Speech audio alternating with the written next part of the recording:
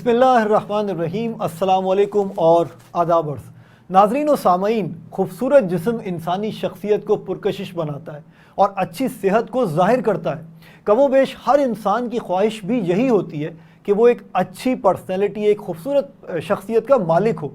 लेकिन ये कशिश, ये अट्रैक्शन, ये खूबसूरती, ये सडोलपन, ये वर्जिशी वजूद मेहनत मांगता है, वक्त मांगता है, डेडिकेशन मांगता है, मोटिवेशन मांगता है। तनसाजी यानी बॉडी बिल्डिंग तारीख़ इंसानी के कदीम तरीन खेलों बल्कि आर्ट्स में से एक आर्ट है, एक फ़न है। यही वजह है कि कदीम रोमन, यूनानी और मिस्री तहजीबों में कुश्ती और तनसाजी के बाकायदा मुकाबले मुनक्किद हुआ करते थे। आज इसी हवाले से हमारे मेहमान हैं पाकिस्तान और कराची में बॉडी बिल्डिंग, वर्जिश और जिम्स के हवाले से एक जानी मानी शख्सियत जो ख़ुद भी एक जाने माने बॉडी बिल्डर हैं और फिटनेस ट्रेनर भी हैं। अमेरिका से डाइट और फिटनेस में सर्टिफाइड हैं और अभी हाल ही में गूगल में एशिया के सबसे कम उम्र डाइट और फिटनेस एक्सपर्ट होने का एजाज़ भी अपने नाम कर चुके हैं। Welcome to the show Salman Shaikh साहब। थैंक यू डॉक्टर इकराम, और उम्मीद करता हूँ कि आप ठीक होंगे और it's good to be on a show with you. Same here, it's a pleasure.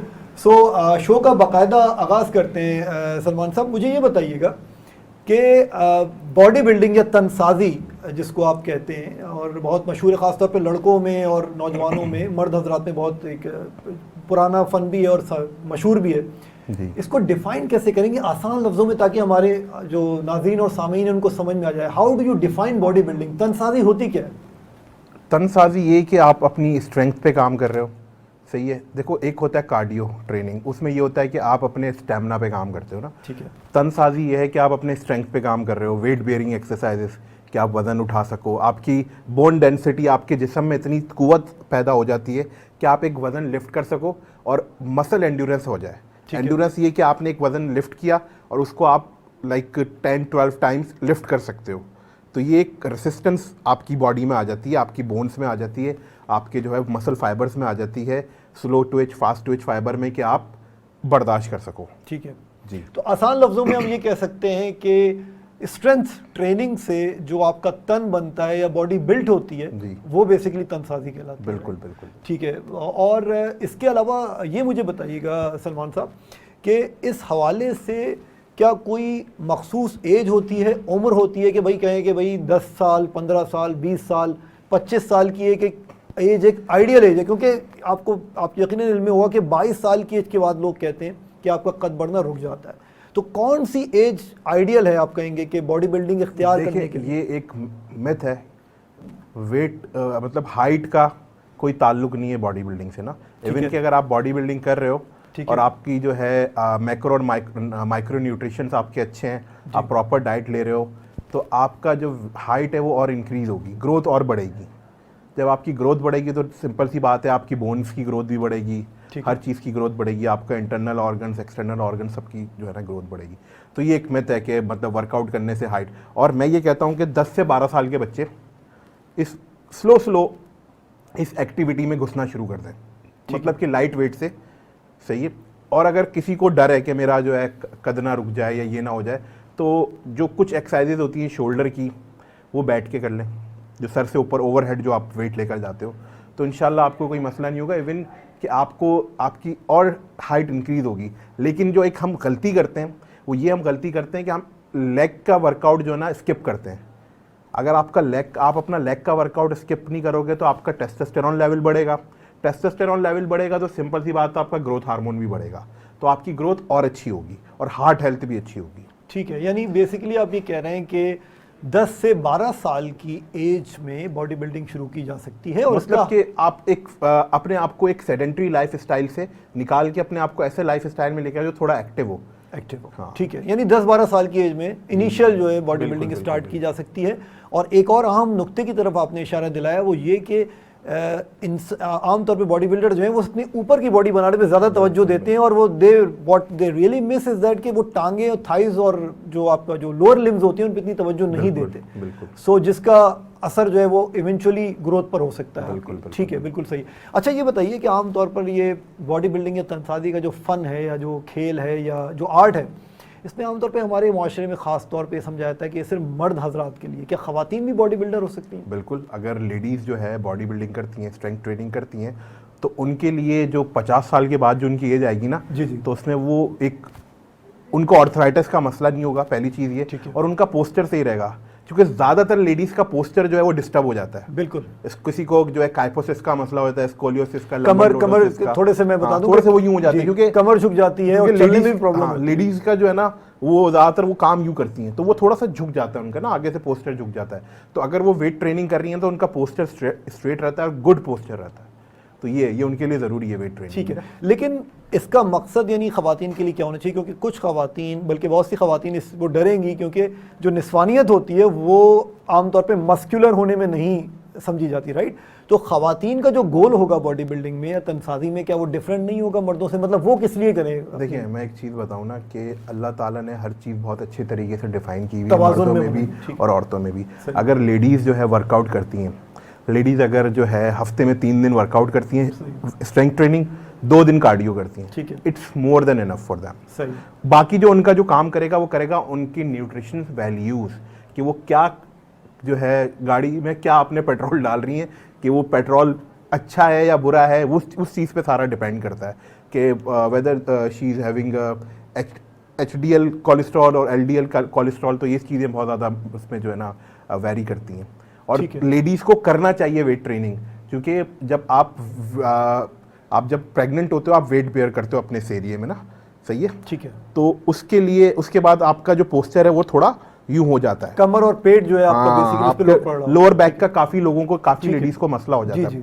तो पोस्ट नेटल और प्री नेटल, तो ये प्रेगनेंसी से पहले और डिलीवरी से पहले और जी, तो ये वर्कआउट्स भी होते हैं।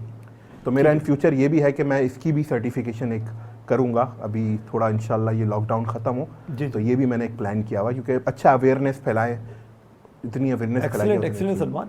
और नहीं, बिल्कुल आपने बहुत अच्छी बात इस हवाले से की कि ये तासुर गलत है कि ख़वातीन जो है वो बॉडी बिल्डर नहीं बन सकती हैं। बॉडी बिल्डिंग, हाँ, मकासद और गोल्स डिफरेंट होते हैं। You don't have to be very heavy. Body builder बनना और हैविंग अ गुड फिजिक और अ गुड फिगर एक अलग चीज़ है। बॉडी बिल्डर मीन्स के आप अपने आप को मैसिवनेस पे लेके जा रहे हो as a professional. You can have a good physique, you can have a good figure, आपके सारे मसल्स शेप में हो, ठीक है, कॉलर बोन हो, ब्यूटी बोन हो, that's it, that's more than enough. आपका स्ट्रक्चर में, आपकी बोन डेंसिटी में आपकी स्ट्रेंथ हो, ठीक है, सिंपल सी बात है। इसी के साथ वक्त हुआ एक ब्रेक का। सलमान शेख हमारे साथ मौजूद हैं, कहीं नहीं जाइएगा, स्टे ट्यून्ड।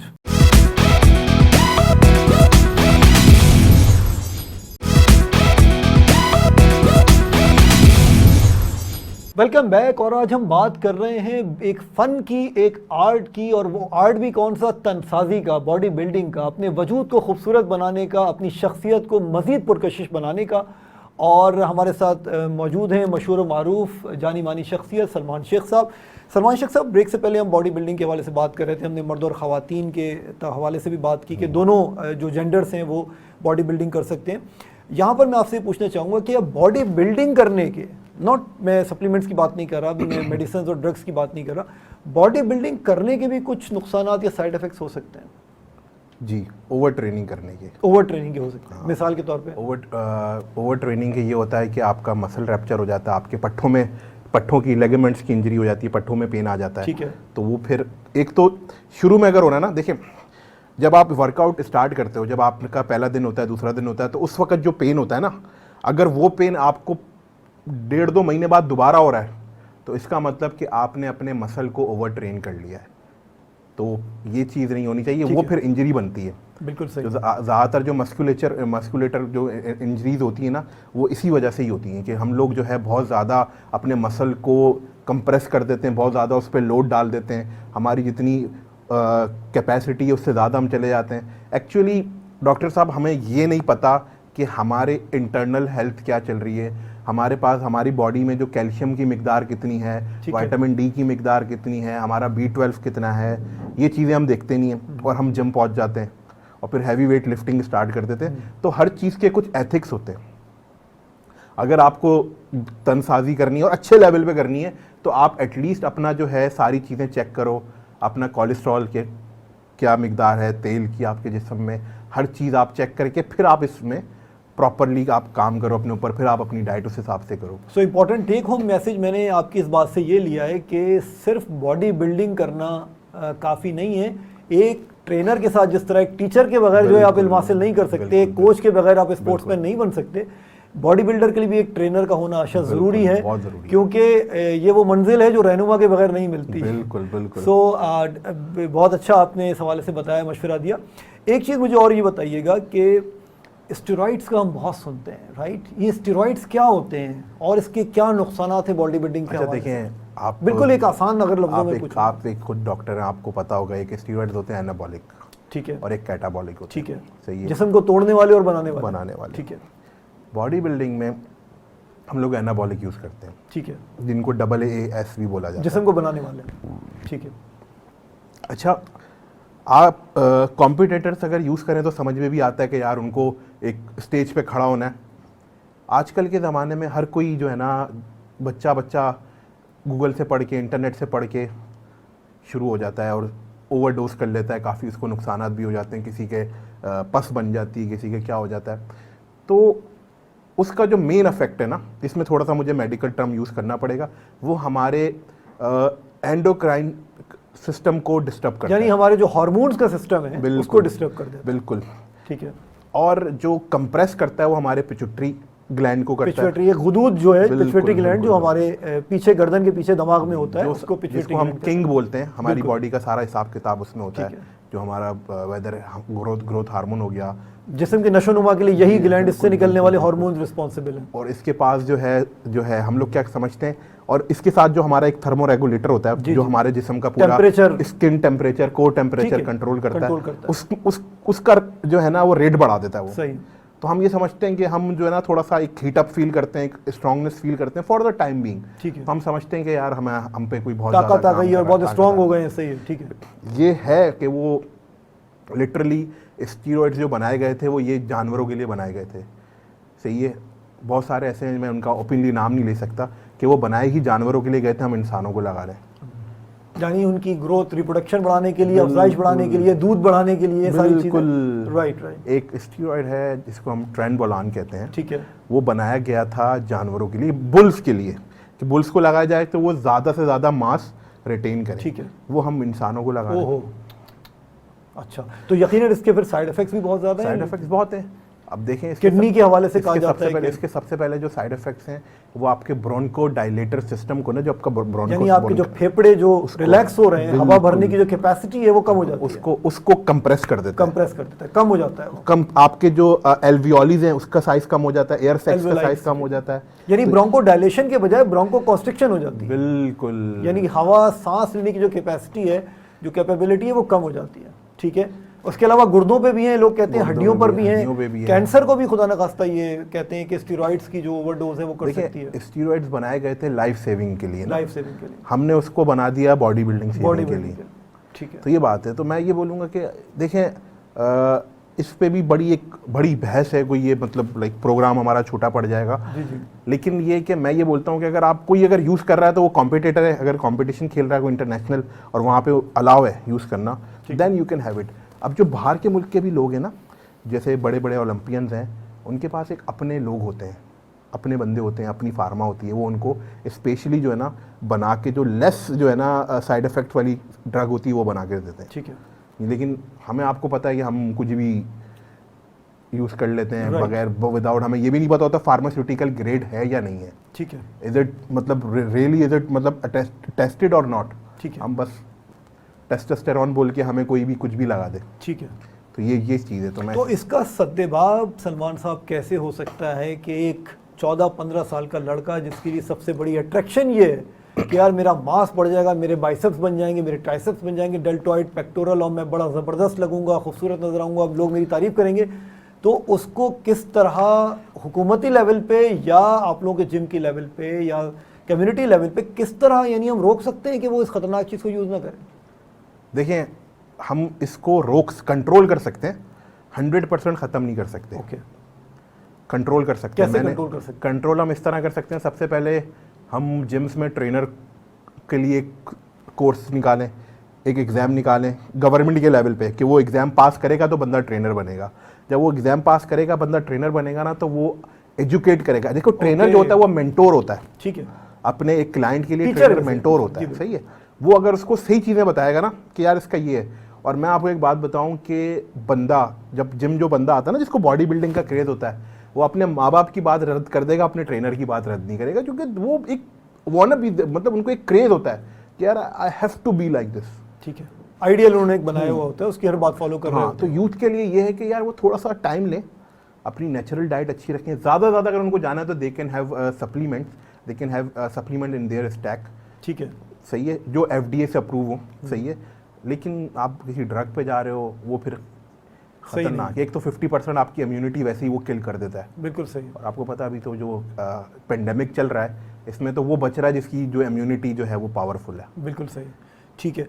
और अच्छा, इसी हवाले से मुझे अब ये बताइएगा कि हमने साइड इफ़ेक्ट्स के हवाले से बात की, बॉडी बिल्डिंग के साइड इफ़ेक्ट्स की बात की, स्टेरॉइड्स के साइड इफ़ेक्ट्स की बात की।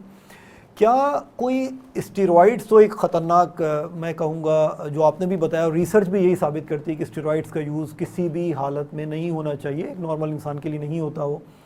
लेकिन कोई नेमुल बदल है, कोई सब्सटीट्यूट है कि स्टेरॉइड्स के बजाय अगर एक इंसान नॉर्मल डाइट नहीं ले पा रहा, या उसको इस बात में टाइम नहीं कि रोज़ाना वो अंडे और हाई प्रोटीन डाइट ले, इज देयर अ सब्सटीट्यूट कि वो स्टेरॉइड्स के बजाय कोई सेफर चीज़ ले ले? Food replacement supplement, food replacement. लेकिन उसके लिए मैं पहले बोलूँगा कि बंदा अपना प्रॉपर जो है LFT करवाए, अपना CBC कराए, अपना कोलेस्ट्रॉल चेक करवाए, जी, जी। ताकि उसे पता हो कि कोई फिर जो है ना उसके इंग्रेडिएंट्स देखे, कोई ऐसा इंग्रेडिएंट तो नहीं है जो मेरी किसी भी चीज़ को ट्रिगर करेगा।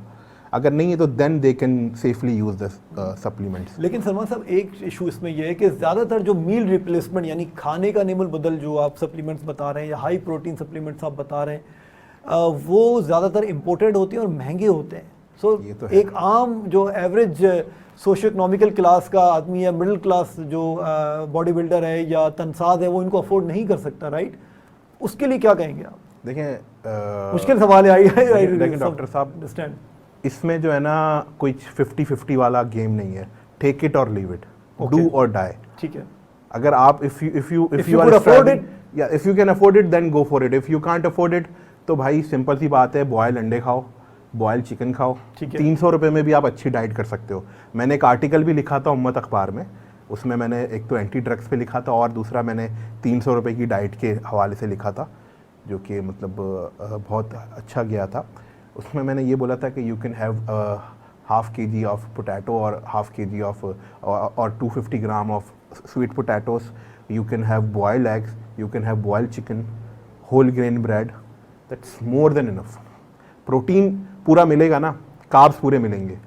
जब आपका माइक्रो न्यूट्रिशन पूरा, मैक्रोस पूरे हो रहे होंगे, आपके माइक्रो खुद ब खुद पूरे हो जाएंगे। Right, excellent. अच्छा, मुझे ये बताइएगा कि क्या एक्सरसाइजेस सर्टन एज के लिहाज से की जाती हैं कि 10 से 20 साल के जो लोग हैं बॉडी बिल्डिंग में इंटरेस्टेड हैं वो ये वाली एक्सरसाइज करेंगे, या 20 से 30 साल के लोग जो हैं वो ये एक्सरसाइज करेंगे? जो एल्डरली या सीनियर सिटीजन्स हैं, जो बूढ़े लोग हैं, उनके लिए डिफरेंट किस्म के ऐसा होता है एक्सरसाइजेस? मतलब जो अगर तो जो बूढ़े लोग हैं उनकी कोई मेडिकल कंडीशन है, कोई कुछ मसला है उनके साथ, तो उसके हिसाब से उनको वर्कआउट कराया जाएगा। लेकिन इसमें एक सेट प्रिंसिपल होता है। सेट प्रिंसिपल है सिंपल एडॉप्टेशन इम्पोज डिमांड। 7 से 8 हफ्ते के बाद वो आ जाता है बंदा मेंटेनेंस फेज में, प्लेटुआ फेज में। देन हमें देखना है कि बंदे की स्ट्रेंथ कितनी गेन हुई है, उस हिसाब से फिर लेके चला जाता है। ओके, यानी ये मतलब एक सबर का गेम है। ठीक है, पेशेंस चाहिए आपको। पेशेंस चाहिए। 8 हफ्ते आपको प्लेटुआ फेज, मेंटेनेंस फेज में आने में लगते हैं। 2 वीक्स जो होता है वो रिकवरी फेज होता है। ठीक है, कि आप अपनी ही इंजरीज से जो बॉडी रिकवर होती है बॉडी, आप रिकवर कर रहे होते हो। ठीक है, ठीक है, एक्सीलेंट। सो सलमान साहब, बहुत शुक्रिया आपका, आपने बड़ी मुफीद मालूमात दी इस हवाले से। और मैं समझता हूँ कि आज के प्रोग्राम के बाद नाज़रीन व सामीन बहुत सारी जो गलत फहमी है बॉडी बिल्डिंग के हवाले से वो आपकी दूर हुई होंगी, और हम मुस्तक़बिल करीब में भी ऐसे बहुत सारे प्रोग्राम्स करते रहेंगे। सलमान साहब, again very much thank you to you, और इंशाल्लाह इस सिलसिले को हम जारी रखेंगे। और बॉडी बिल्डिंग के हवाले से आपको अपना ख्याल रखना है और मुज़र सेहत चीज़ों से परहेज़ करना है, जल्दी नहीं करनी है, सब्र से काम लेना है, और सब्र का फल हमेशा मीठा होता है। अपना और उन लोगों का बहुत ख्याल रखिएगा जो आपसे मोहब्बत करते हैं, और उन लोगों का भी जिनसे आप बहुत मोहब्बत करते हैं। अपने नेक्स्ट प्रोग्राम में हाजिर खिदमत होंगे एक नए मौजू, एक नए सब्जेक्ट, एक नए टॉपिक के साथ। टेक केयर, अल्लाह हाफिज़।